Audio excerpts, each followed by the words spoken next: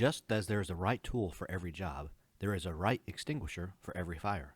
The class of an extinguisher identified on its nameplate corresponds to the class or classes of fire the extinguisher controls. On most construction jobs, we are concerned with Class A, B, and C fires.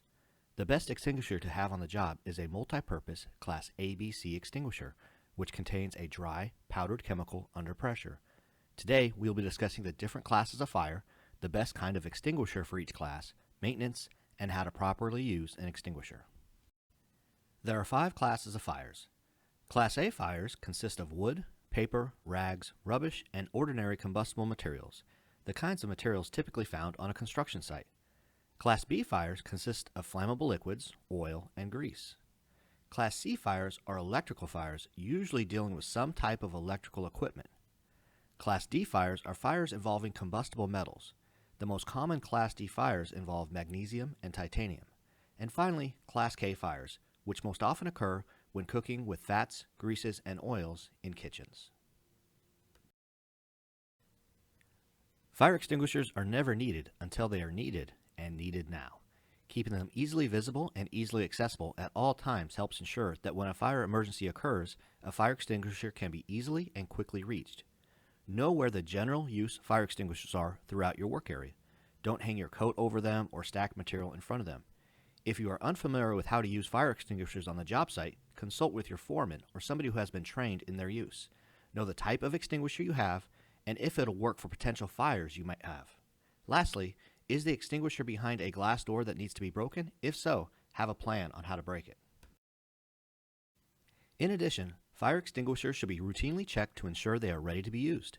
You should inspect your extinguisher at least once a month. Ensure that the extinguisher is not blocked, the pressure is at the recommended level, the nozzle or other parts are not obstructed, the pin and tamper seal, if it has one, are intact, there are no dents, leaks, rust, chemical deposits, and other signs of abuse or wear. If the extinguisher is damaged or needs to be recharged, get it replaced or serviced immediately. Be sure to service all extinguishers immediately after use and never remove tags from extinguishers. Now let's talk about what makes a fire and what we can do to prevent one. Fire can be compared to a triangle. 3 ingredients are necessary to cause a fire. These are heat, fuel, and oxygen. If any one of these 3 sides are missing, there can be no fire.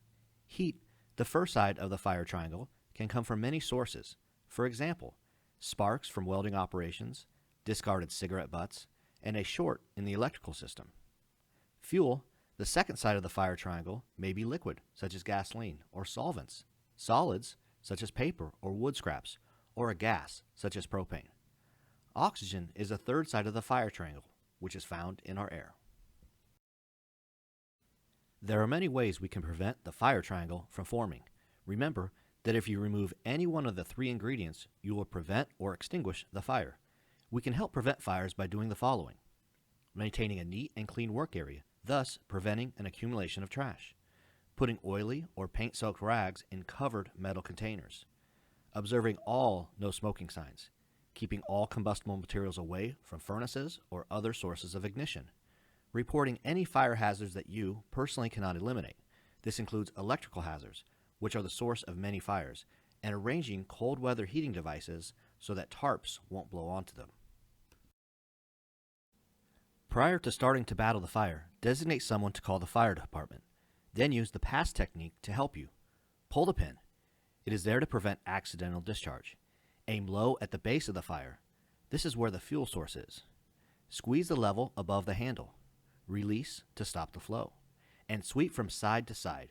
Move forward toward the fire, aiming low at its base. Sweep until all flames are extinguished. Repeat as necessary, and remember, extinguishers are made for relatively small fires. If the fire is too big or moving too fast to control, hold others away and wait for the fire department. Some important tips to remember when it comes to fire extinguishers are: to use the correct fire extinguisher for the type of fire. Multi-purpose ABC dry chemical extinguishers are recommended for A, B, and C fires. Most portable handheld fire extinguishers are loaded with a dry chemical powder that will extinguish most of the fires you might encounter in your daily environment. This powder is not toxic, but will make you sneeze and cough if you inhale it accidentally. Never use Class A extinguisher, which contains water or foam, on a liquid or electrical fire. And lastly, don't use extinguishers for anything other than fighting fires. We hope you've enjoyed learning more about fire extinguisher safety. We thank you for taking the time to watch this video and hope you will join us again for future Video Toolbox Talks. As always, we'd love to hear your feedback. Please let us know if you have any questions or comments. Thank you very much and have a safe day.